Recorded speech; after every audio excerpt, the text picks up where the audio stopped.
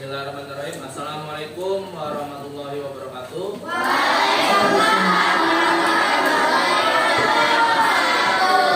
Selamat pagi anak-anak. Gimana keadaan kalian hari ini? Baik semua ya? Oke, seperti biasa, sebelum kita mulai kegiatan pembelajaran kita hari ini, ya, kita berdoa terlebih dahulu. Bapak minta salah satu dari kalian untuk memimpin doa. Silakan, ayo Hafiz, silakan Hafiz.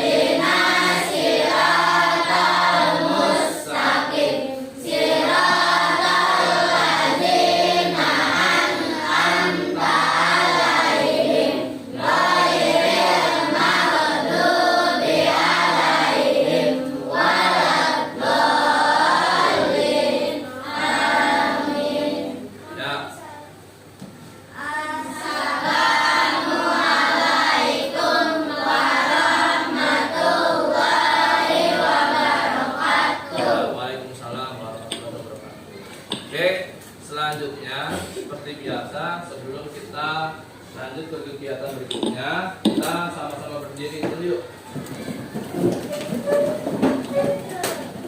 Kita menyanyikan lagu wajib Satu Nusa Satu Bangsa. Siap ya, hitungan ketiga dimulai. 1, 2, 3.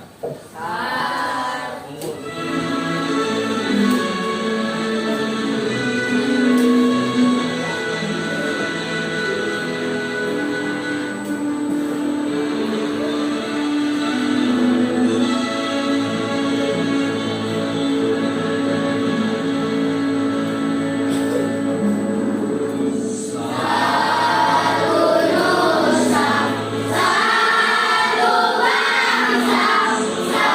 Satu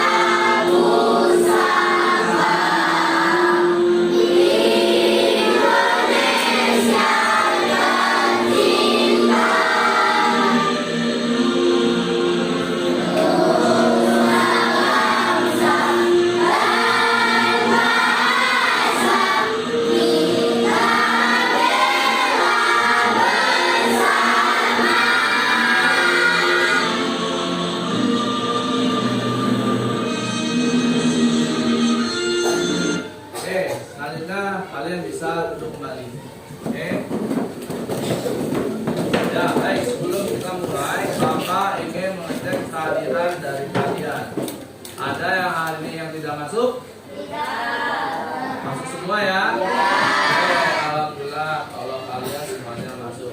Baik anak-anak, kalian bisa keluarkan alat tulis kalian, ya, buku tulisnya, buku paketnya, ya, pulpen, pensilnya semua dikeluarkan.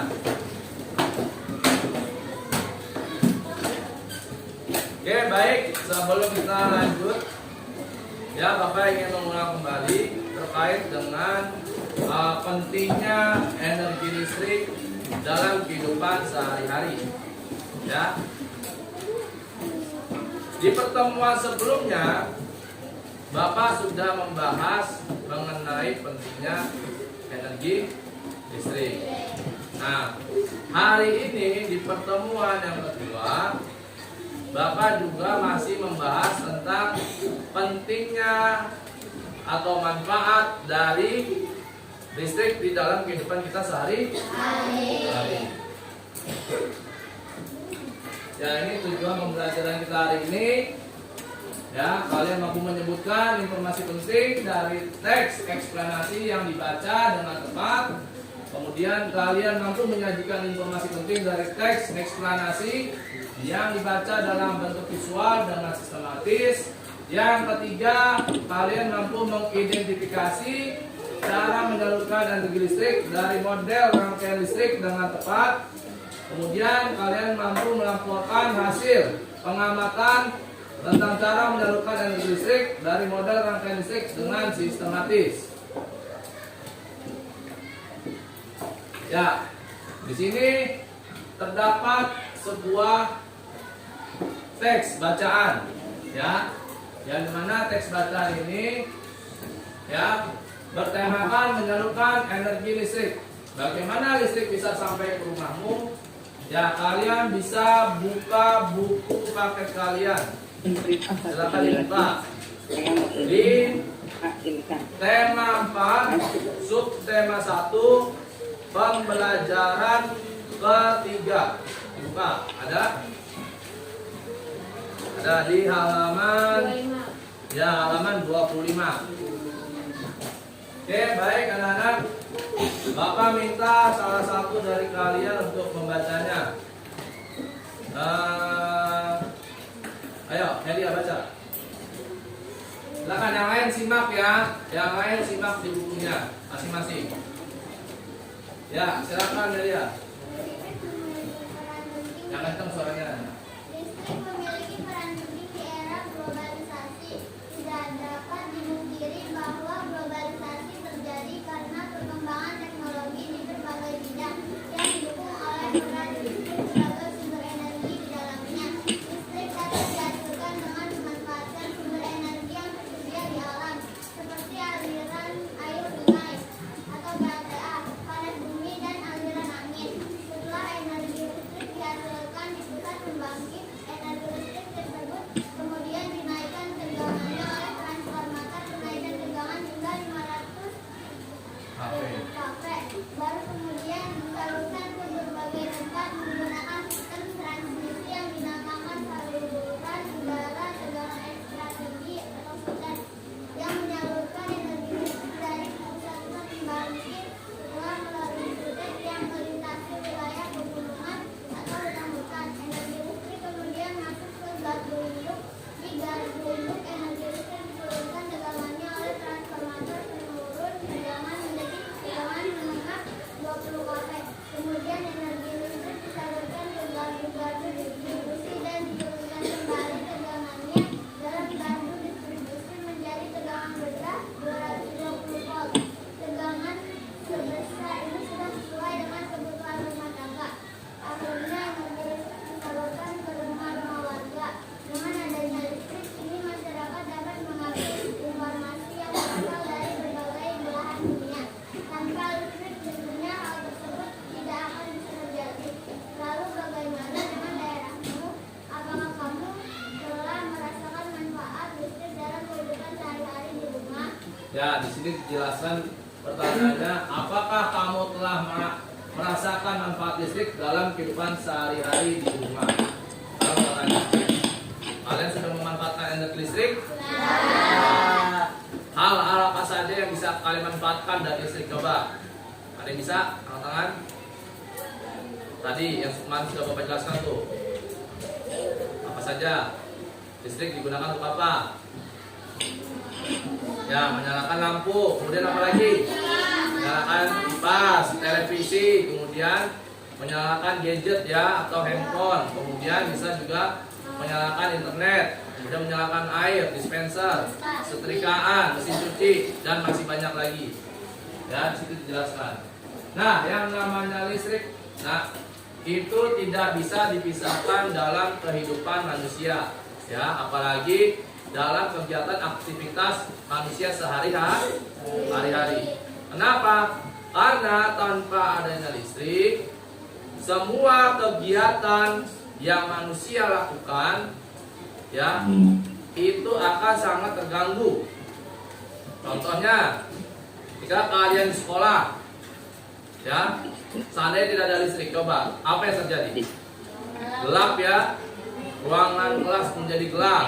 Kemudian yang kedua, ruangan menjadi panas karena tidak adanya kipas angin ya, tidak ada listrik yang bisa menggerakkan kipas angin. Kemudian apa lagi? Ya, pembelajaran seperti menggunakan proyektor juga tidak bisa digunakan karena tidak adanya listrik. Nah, kemudian di rumah juga banyak kegiatan-kegiatan yang memang kalian bisa lakukan. Ya, contohnya membantu orang tua kalian dengan cara apa? Ya, mungkin ada yang menyetrika baju, ada yang mencuci baju, ya, dan lain sebagainya. Oke, di sini juga dijelaskan di dalam teks. Listrik memiliki peran penting di era globalisasi. Yang ini ya. Ya, di era globalisasi ini memang sangat penting listrik.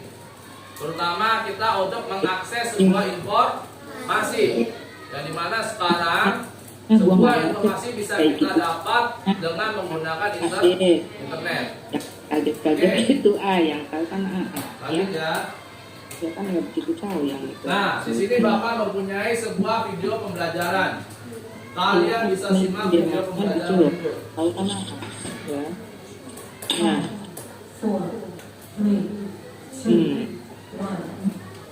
Ini daftarnya ada tulisan bahasa Indonesia ya, ya kan? Kita kan jumlah program studi terakreditasi unggul oleh Trisakti. Kita belum unggul ya program studi. Hai,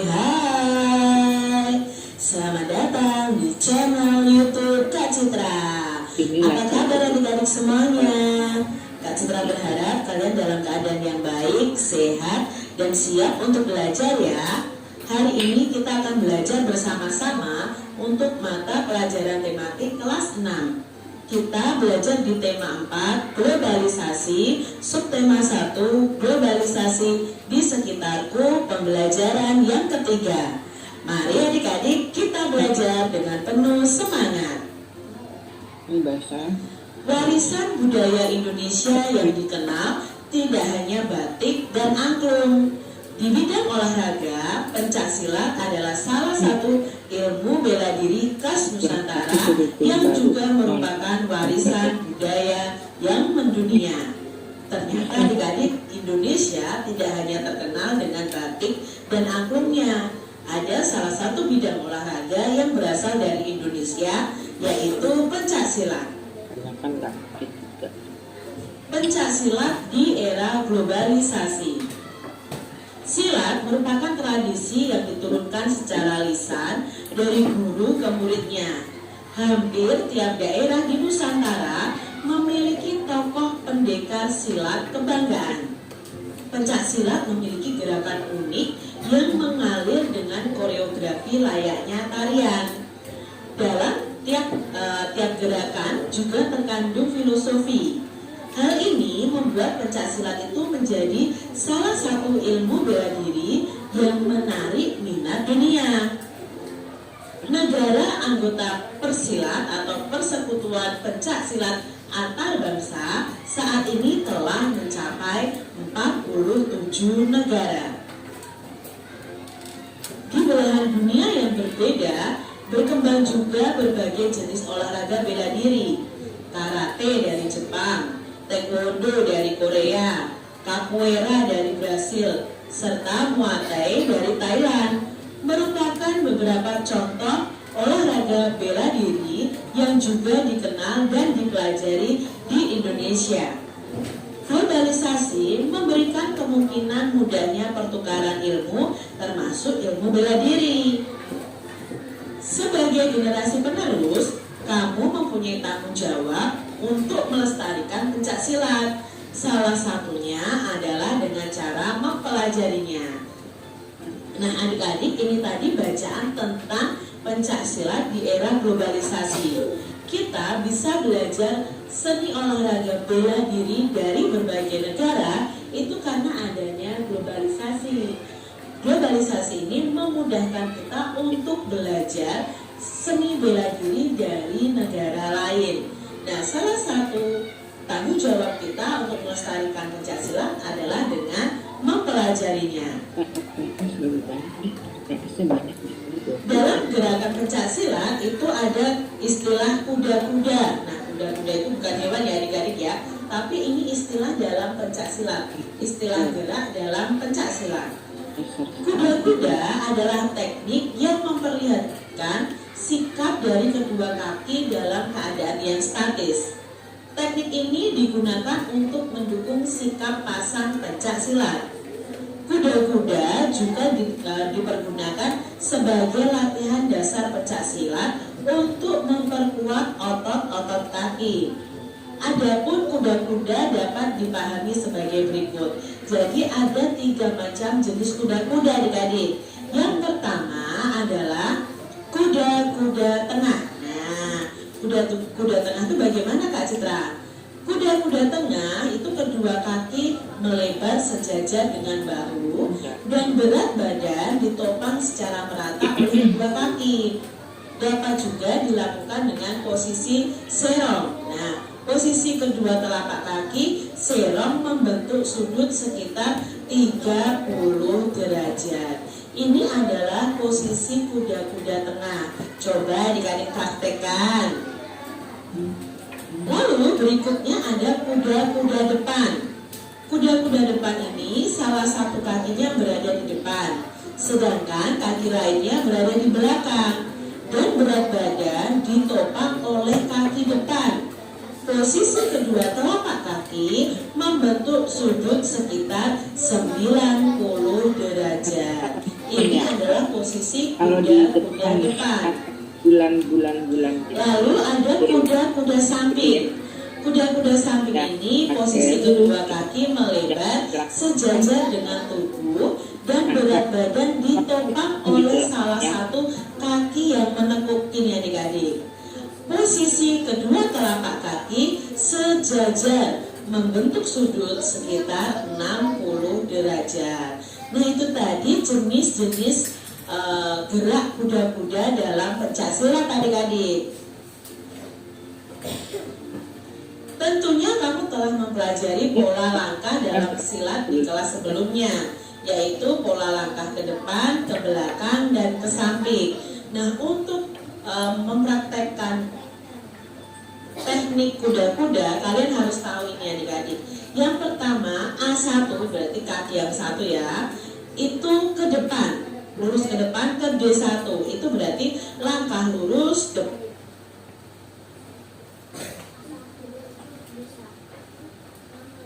5, 4, 3, 2. Tiap gerakan juga tentu termasuk kakinya berada di depan. Ini kedua telapak kaki lurus mundur kiri. Kalau A2 melangkah ke D2 ke belakang, berarti kaki kanan itu lurus mundur ke belakang adik-adik. Lalu berikutnya, jika A1 kaki kiri ya melangkah ke B1, itu sama dengan langkah samping kiri. Kalau A2 ke B2 itu sama dengan langkah samping kanan. Nah, sekarang berikutnya, kalau serong, nah A1 ke C1 itu langkah serong depan kiri. Kalau A2 ke C2 itu berarti kan kaki kanan, berarti langkah serong depan kanan. A1 ke C3 itu berarti ke belakang ya adik-adik ya, langkah serong belakang kiri. Lalu A2 ke C4 itu sama dengan langkah serong belakang kanan. Nah ini tadi teknik kuda-kuda dalam pencak silat. Di era globalisasi sekarang ini, tentunya kita sering menyaksikan olahraga bela diri pencaksilat ditayangkan dalam acara-acara televisi. Bagaimana energi listrik dari pembangkit listrik bisa sampai ke rumah kita ya? Nah, kita akan pelajari ini adik-adik. Nah, di sini ada gambar bagaimana energi listrik itu bisa sampai ke rumah kita masing-masing. Menyalurkan energi listrik. Bagaimana listrik sampai ke rumahmu? Nah, yuk kita cari tahu bersama-sama. Listrik itu memiliki peran penting di era globalisasi. Tidak dapat dimungkiri bahwa globalisasi terjadi karena perkembangan teknologi di berbagai bidang yang didukung oleh peran listrik sebagai sumber energi di dalamnya. Listrik dapat dihasilkan dengan pemanfaatan sumber energi yang tersedia di alam. Contohnya ada aliran air sungai atau PLTA, panas bumi atau PLTU, aliran angin atau PLTA juga, dan sebagainya. Setelah energi listrik dihasilkan di pusat pembangkit, energi listrik tersebut kemudian dinaikkan tegangannya oleh transformator penaik tegangan hingga 500 kV ya. Baru kemudian disalurkan ke berbagai tempat menggunakan sistem transmisi. Nah, ini disebut dengan saluran transmisi adik-adik. Nah, sistem transmisi ini dinamakan saluran udara tegangan ekstra tinggi atau SUTEP ya, yang menyalurkan energi listrik dari pusat-pusat pembangkit menuju nanti ke rumah-rumah kita adik-adik. Setelah melalui SUTEP yang melintasi wilayah pegunungan atau hutan-hutan, energi listrik kemudian masuk ke gardu induk. Nah, di gardu induk ini energi listrik diturunkan tegangannya oleh transformator penurun tegangan menjadi tegangan menengah atau 20 kV. Nah, kemudian energi listrik itu disalurkan ke gardu-gardu distribusi menjadi tegangan rendah yaitu 220 volt. Nah, tegangan sebesar ini sudah sesuai dengan kebutuhan rumah tangga kita. Akhirnya dari saluran distribusi ini energi listrik disalurkan ke rumah-rumah warga. Itu tadi ya rangkaian mengapa listrik itu bisa sampai ke rumah kita. Dengan adanya listrik, kini masyarakat itu dapat mengakses informasi yang berasal dari berbagai belahan dunia. Tanpa listrik tentunya hal tersebut tidak akan bisa terjadi adik-adik. Lalu bagaimana dengan daerahmu? Apakah kamu telah merasakan manfaat listrik dalam kehidupan sehari-hari di rumah? Nah, tentunya kita semua sudah merasakan manfaat listrik ya. Kalau tidak ada listrik, wah, hidup kita bisa kacau adik-adik ya. Nah, malam hari gelap gulita ya. Kita tidak bisa menonton televisi. Kita tidak bisa mengerjakan tugas menggunakan laptop atau handphone. Nah, banyak hal yang tidak bisa kita lakukan tanpa adanya listrik. Apa saja jenis sumber daya alam yang bisa digunakan untuk pembangkit energi listrik? Nah, sumber daya alam yang bisa digunakan adalah air, panas bumi, dan angin adik-adik. Apa fungsi SUTEP tadi pada sistem transmisi energi listrik? Nah, fungsi SUTEP adalah mengalirkan energi listrik dari pusat pembangkit bertegangan tinggi menuju ke berbagai daerah. Ini adalah fungsi SUTEP adik-adik.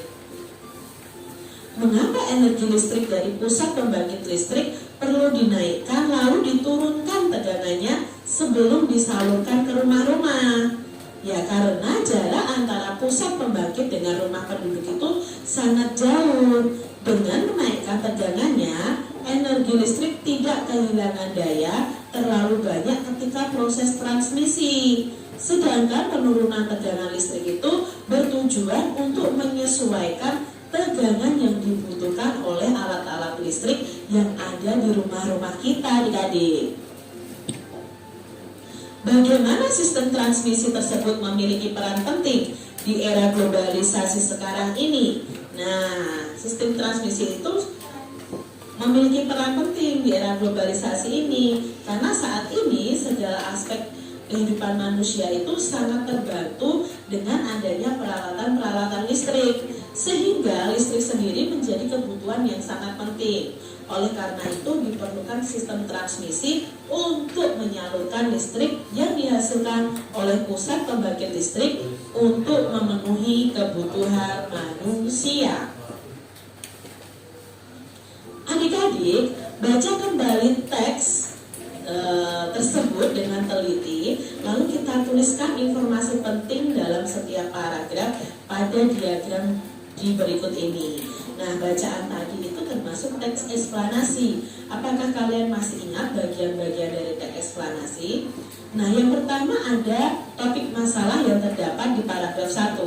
Di paragraf 1 tadi, topik masalahnya adalah peran listrik dalam mendukung terjadinya era globalisasi. Lalu, bagian yang kedua dari teks eksplanasi adalah deret penjelas.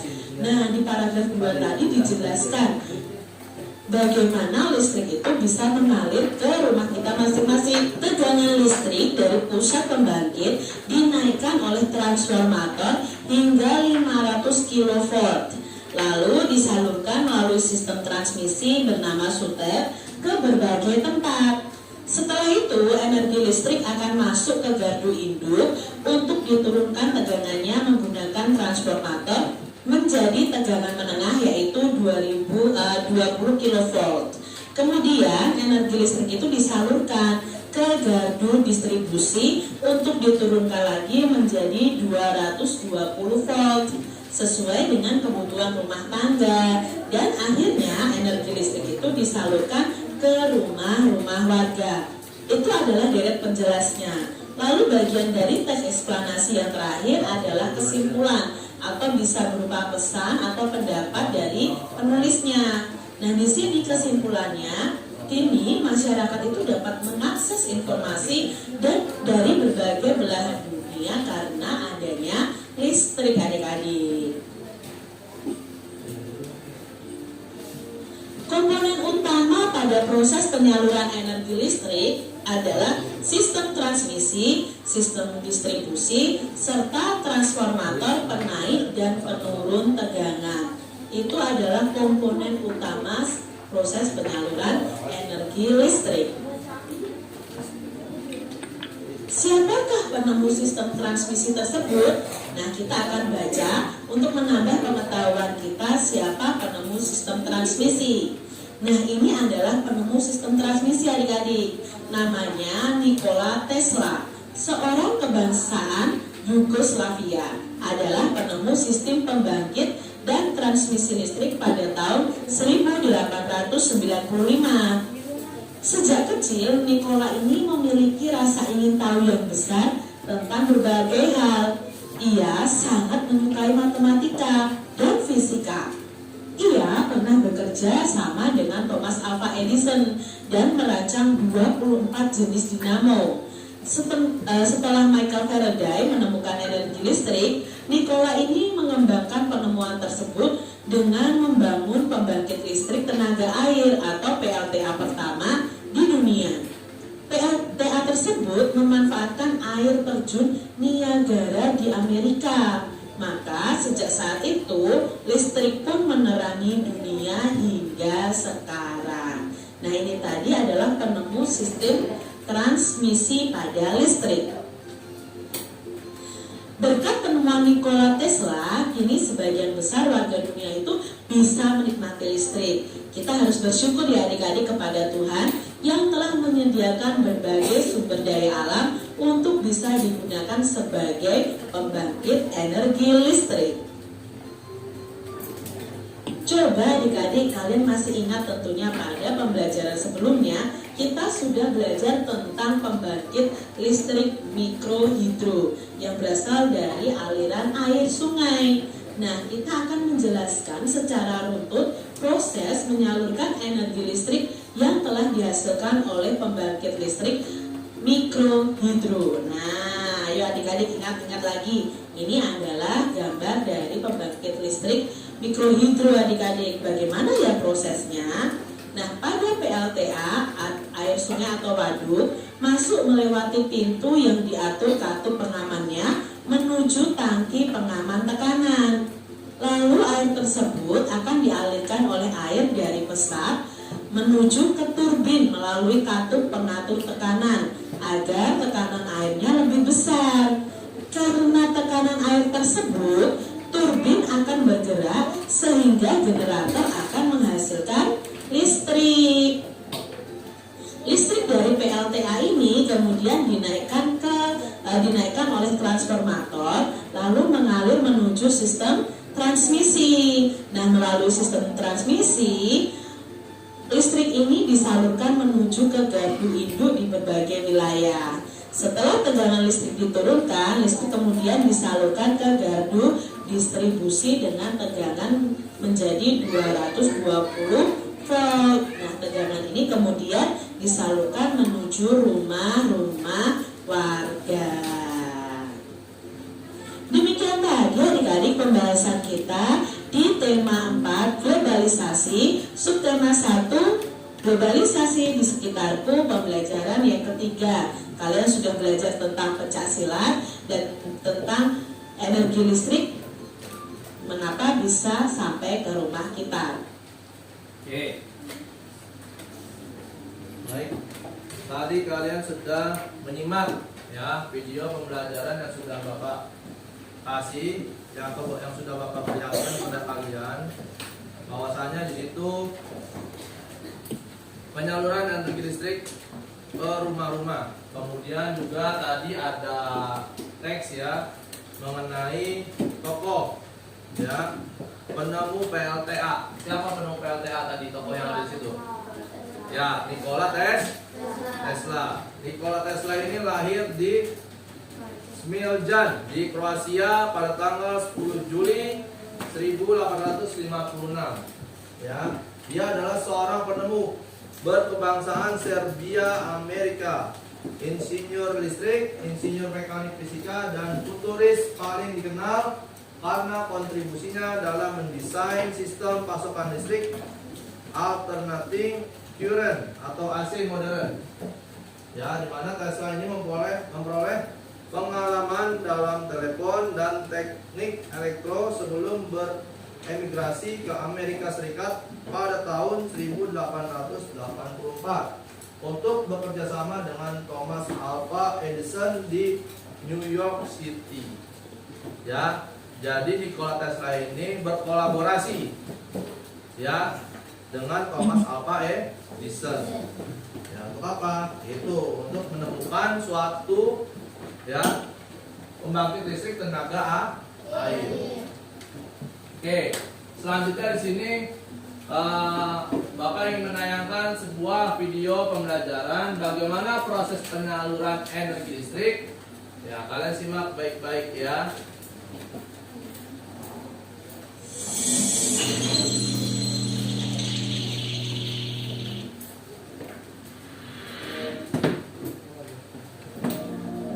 Assalamualaikum warahmatullahi wabarakatuh. Selamat pagi anak-anak. Hari ini kita berjumpa kembali untuk belajar mengenai proses penyaluran energi listrik. Tema 4, subtema 1, muatan pipa. Anak-anak, tahukah bagaimana listrik bisa sampai ke rumahmu sehingga kamu bisa menikmati televisi, bisa menikmati kipas angin, bisa belajar di kelas, dan juga bisa menikmati penerangan di malam hari. Nah, semua itu karena adanya pembangkit listrik, karena mengubah energi menjadi energi listrik sehingga dapat digunakan untuk keperluan sehari-hari. Nah, listrik tersebut disalurkan melalui jaringan kabel dengan tegangan yang sesuai, ya, disalurkan ke konsumen sesuai dengan tegangan yang dibutuhkan. Penyaluran energi listrik tersebut meliputi proses transmisi listrik dan juga proses distribusi listrik. Nah, proses transmisi listrik itu merupakan proses di mana penyaluran energi listrik dari pembangkit listrik ke gardu induk distribusi listrik merupakan proses penyaluran energi listrik dari gardu induk.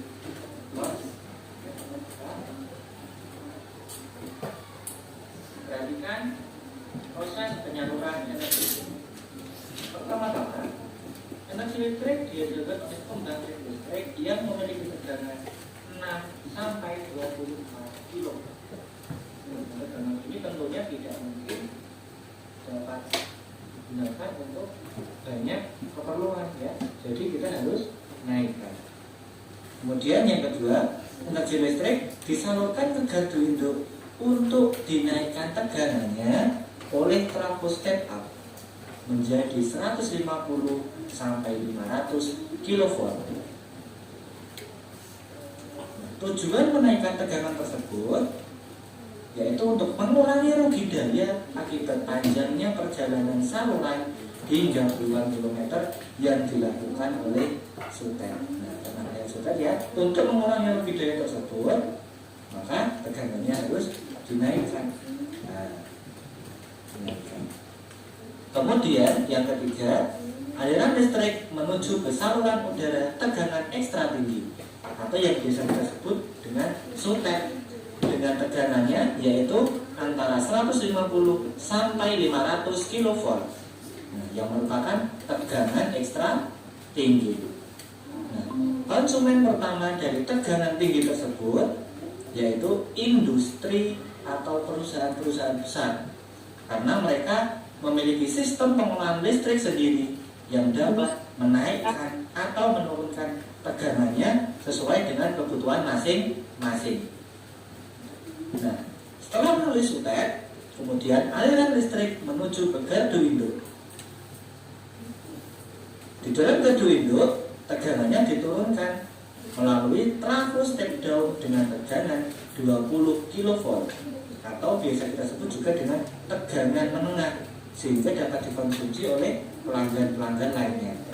Nah, pelanggannya antara lain yaitu bisa pabrik, rumah sakit maupun perkantoran. Kemudian setelah melalui gardu induk, aliran listrik menuju ke gardu distribusi. Di sana tegangannya diturunkan oleh trafo step down dengan tegangan 220 volt atau biasa kita sebut juga dengan tegangan rendah atau TR. Nah, sehingga dari gardu distribusi kita dapat menggunakan listrik sesuai dengan kebutuhan kita. Nah, sampai ke rumah-rumah bisa kita gunakan untuk keperluan sehari-hari, misalnya untuk belajar online, untuk penerangan di malam hari, maupun untuk kegiatan yang lainnya. Selain di rumah, kita juga bisa gunakan untuk di sekolah dan juga di perkantoran. Nah, anak-anak, tentunya kalian pernah merasakan pemadaman listrik secara mendadak. Nah, pemadaman tersebut pastinya ada beberapa faktor atau penyebab. Apa penyebabnya? Nah, penyebabnya yang pertama bisa karena kerusakan pembangkit listrik, ya. Dan juga bisa karena adanya sambaran petir, ya, sehingga dapat merusak saluran listrik kita. Yang ketiga, bisa karena kerusakan atau kecerobohan dalam memperbaiki saluran transmisi pengetupan maupun pohon tunggal. Maka dari itu kita harus berhati-hati dalam penggunaan energi listrik sehingga tidak membahayakan diri kita. Nah, semoga kegiatan tadi dapat menambah pengetahuan kalian dan sampai jumpa lagi di pertemuan berikutnya. Oke, baik. Dari dua penayangan video pembelajaran yang sudah Bapak berikan pada kalian, baik itu penyaluran distribusi listrik, kemudian manfaat listrik, Ada nggak yang ingin ditanyakan? Ada? Tidak ada ya? Jelas ya? Dari video-video yang sudah Bapak tayangkan sudah cukup jelas ya. Bahkan dari mulai penemunya ya, kemudian proses ya, proses pendistribusiannya ya, kemudian di sini juga digambarkan penyalurannya seperti apa ya, dari mulai pembangkit, kemudian ke gardu ya, kemudian ke menara sutet dan dialirkan ke rumah-rumah warga. Oke. Baik, kalau sampai sini tidak ada pertanyaan, di sini Bapak mempunyai tugas untuk kalian ya. Tugas kalian tadi Bapak sudah membagikan lembar kerja peserta didik ya. Yang dimana di lembar kerja peserta didik kalian di sini kalian tuliskan nama kalian ya, nama kalian, kemudian nomor absen ya. Tuh. Nah, terus tugasnya apa, Pak? Tugas kalian adalah mencari penggunaan kosakata baku dan kalimat efektif pada tulisan yang ada di buku, baik di buku ataupun yang tadi sudah Bapak tayangkan di layar proyektor ya, yang berjudulkan mengenai menyalurkan energi listrik. Itu terdapat di halaman 25 ya. Coba dibuka halaman 25-nya. Oke, sudah? Kalau sudah, kalian bisa langsung mengerjakan. Yang pertama kalian kerjakan adalah mencari kosakata baku ya. Kalau sudah ketemu ya kosakata bakunya, kalian bisa lanjut mengerjakan mencari kalimat efektif ya, mencari kalimat efektif yang ada di dalam teks tersebut. Oke, baik, jelas ya perintahnya ya, jelas tugasnya ya. Ya oke, kalau sudah jelas perintahnya, sudah jelas juga tugasnya, kalian bisa langsung mengerjakan dari sekarang. Silakan. Bapak beri waktu kalian 20 menit.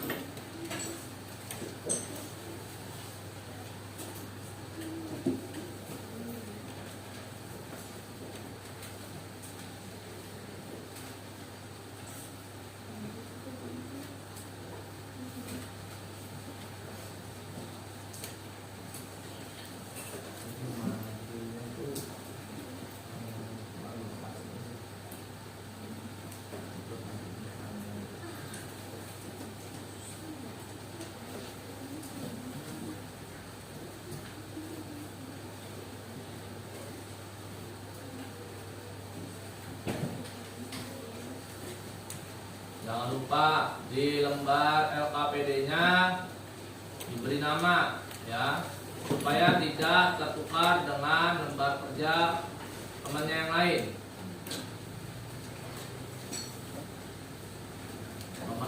kalian, ditulis juga nomor absennya.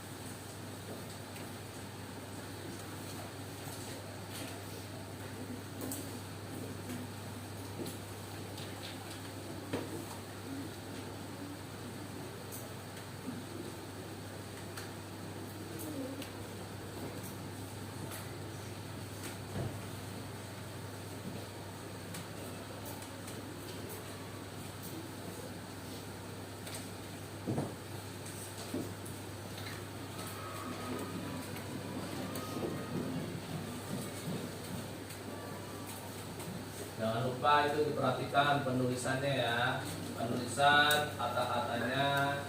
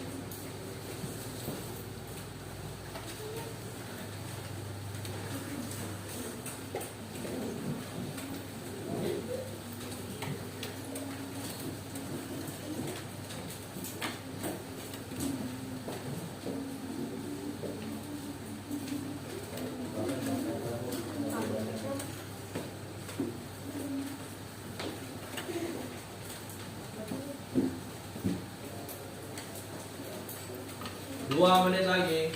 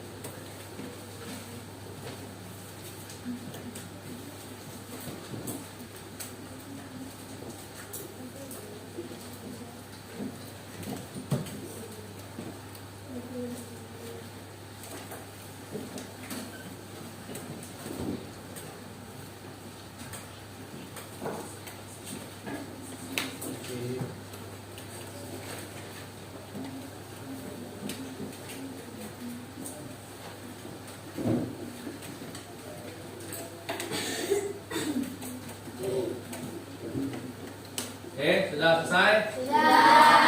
Sudah semua ya? Apa sudah? Hadapi? Sudah. Badai? Sudah. Aisyah? Sudah. Oke, baik, kalau sudah, Bapak minta perwakilan dari kalian, ya. Perwakilan dari anak putrinya satu, anak putranya satu, ya, untuk maju ke depan mempresentasikan kepada teman-teman kalian. Dari anak perempuannya terlebih dahulu, dari putrinya dulu. Riza, ayo maju Riza.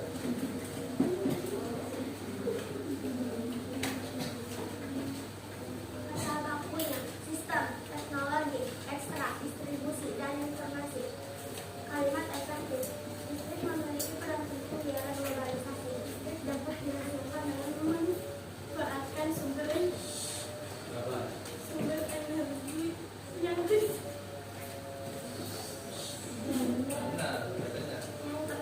di alam.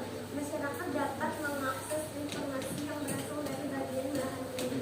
Ya, betul atau salah jawaban dari Riza? Betul ya, tepuk tangan buat Riza. Oke, selanjutnya perwakilan dari anak laki-lakinya. Siapa ya? Ya, Zamir. Silakan maju sini nak. Coba kamu presentasikan hasil jawabanmu tadi yang sudah kamu kerjakan ke teman-temanmu. Silakan.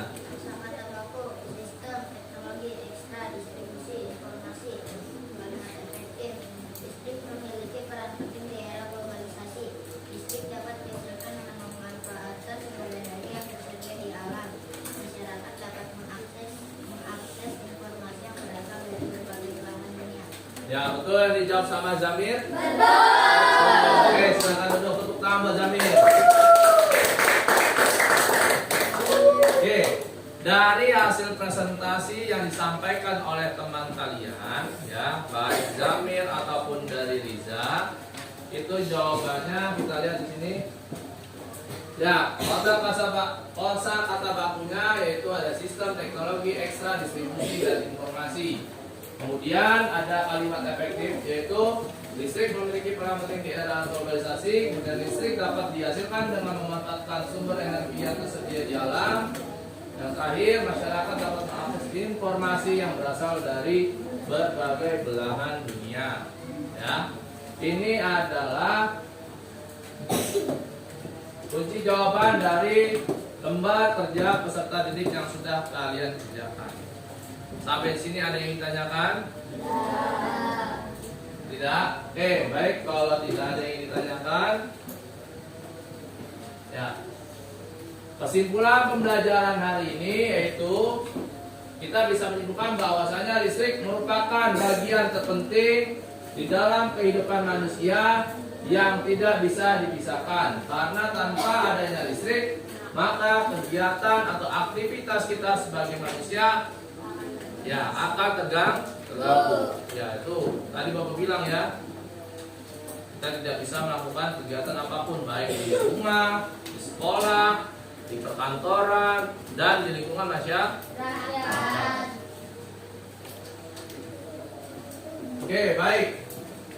Di sini Bapak mempunyai soal evaluasi terkait dengan materi yang sudah Bapak berikan kepada kalian. Ya, di sini ada 10 soal yang nantinya masing-masing slide ya atau masing-masing PowerPoint ini nanti kalian bisa catat di lembar kerja peserta didik yang sudah Bapak bagikan tadi. Ya. Kalian bisa tulis. Untuk slide 1 itu nomor 1 sampai nomor 3. Kemudian di slide kedua itu nomor 4 sampai nomor 6. Di slide ketiga nomor 7 dan nomor 8. Dan terakhir di slide keempat ada 9 dan 10. Oke. Kalian bisa tulis soal ini di buku kalian, silakan. Di lembar kerjanya.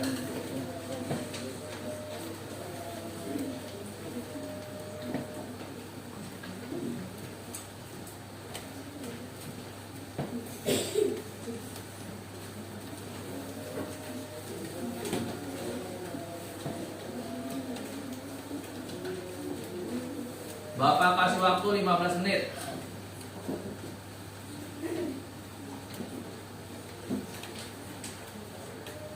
Tulis soalnya, kemudian kamu langsung bisa pilih jawabannya. Ya, dari pilihan A, B, C, atau D yang sudah tertera di layar proyektor.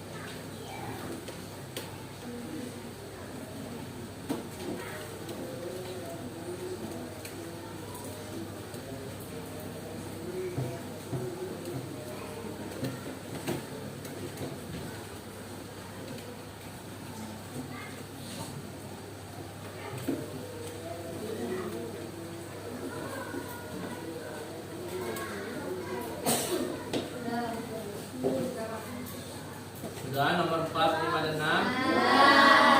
Ya, tunggu temannya yang belum, yuk. Sedikit lagi.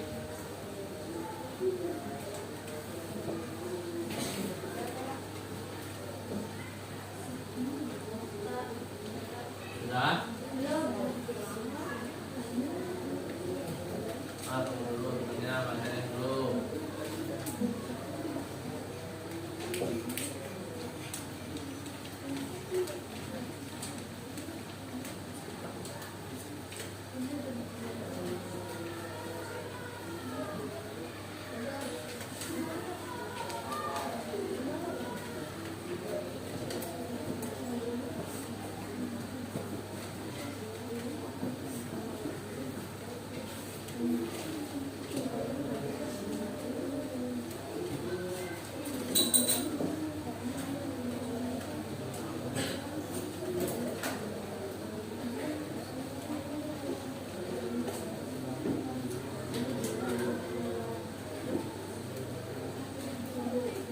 Sudah?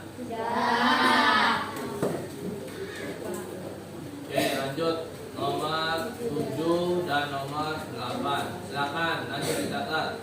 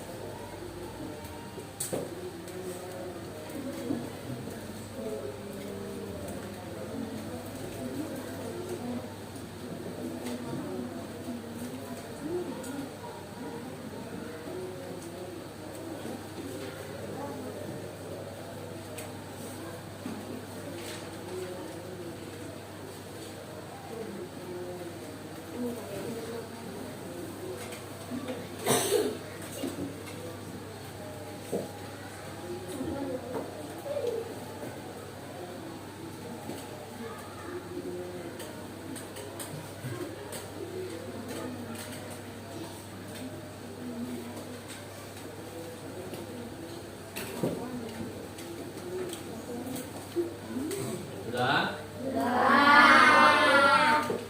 Ya.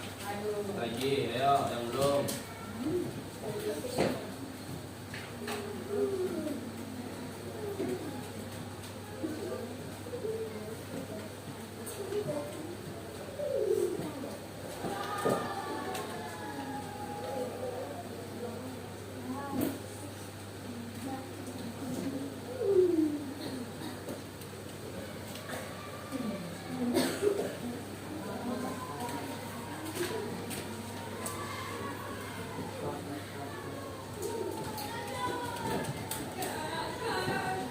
Sudah?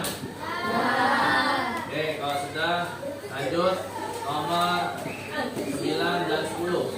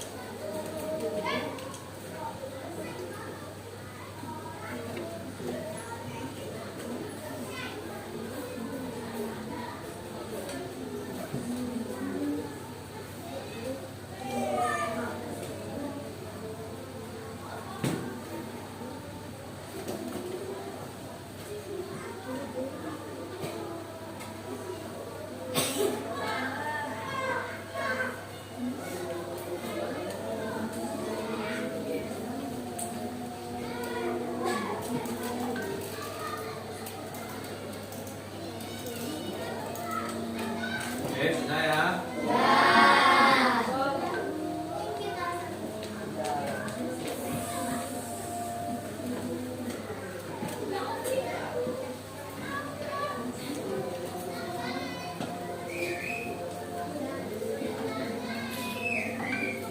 Ya, baik anak-anak.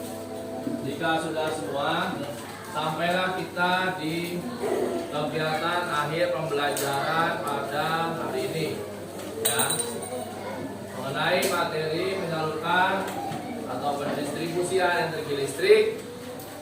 Sampai di sini ada yang ditanyakan dari mulai video, penayangan video pertama, video kedua, kemudian penjelasan yang sudah Bapak berikan kepada kalian, kemudian ada tugas kalian yang pertama, dan yang terakhir dari soal evaluasi. Ada yang ditanyakan tidak?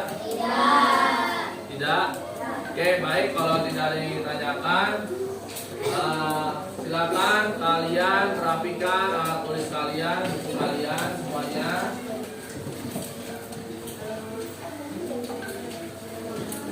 Ayo dirapikan, masukkan ke dalam tas. Periksa lacinya, tidak ada yang ketinggalan, baik buku, tempat pensil ataupun yang lainnya. Ya, silakan.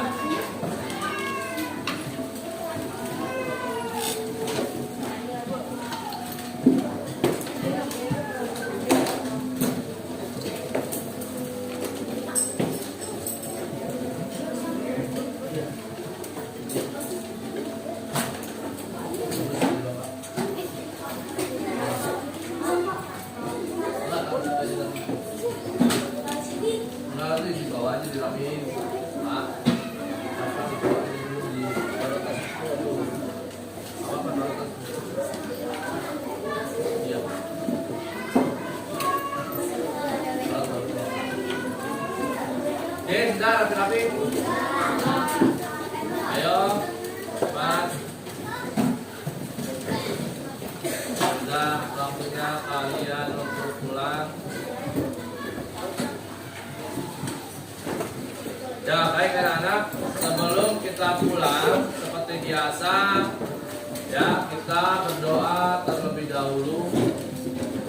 Ya, semoga dengan diakhiri dengan doa ini, kegiatan pembelajaran kita pada hari ini alhamdulillah berjalan dengan lancar, ya. Dan untuk di pertemuan berikutnya kalian bisa buka buku kalian, baca-baca lagi di rumah, ya, di tema 4 subtema 1 pembelajaran keempat. Ya, ingat pembelajaran keempat. Kalian bisa baca-baca itu di rumah bukunya. Ya, baik. Untuk memimpin doa pulang, silakan Badai pimpin teman-temannya untuk berdoa pulang. Silakan. Mari teman-teman sebelum pulang, alangkah baiknya kita berdoa dan mulai.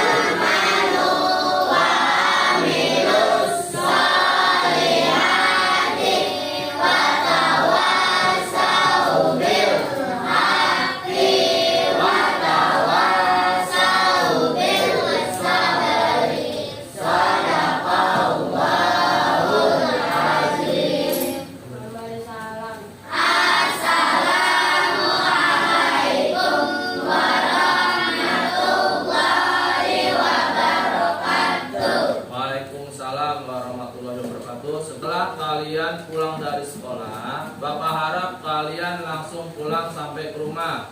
Tidak ada yang main keluyuran kemana-mana. Jelas anak-anak? Jelas ya. Yang piket, ya. Yang tidak piket langsung pulang. Oke, duduk siap. Ya, oke. Barisan yang rapi yang boleh pulang. Ya, ini. Oke.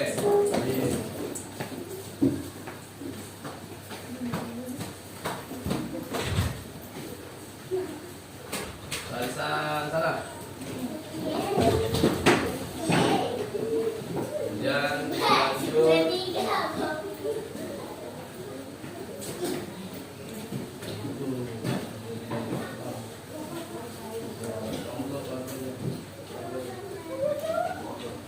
Ya. Lanjut barisan sini.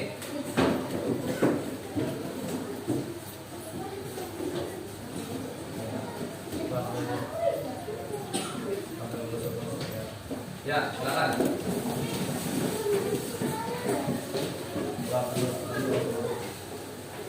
Oke. Hati ya. Langsung pulang. Jangan lupa nanti yang piket-piket.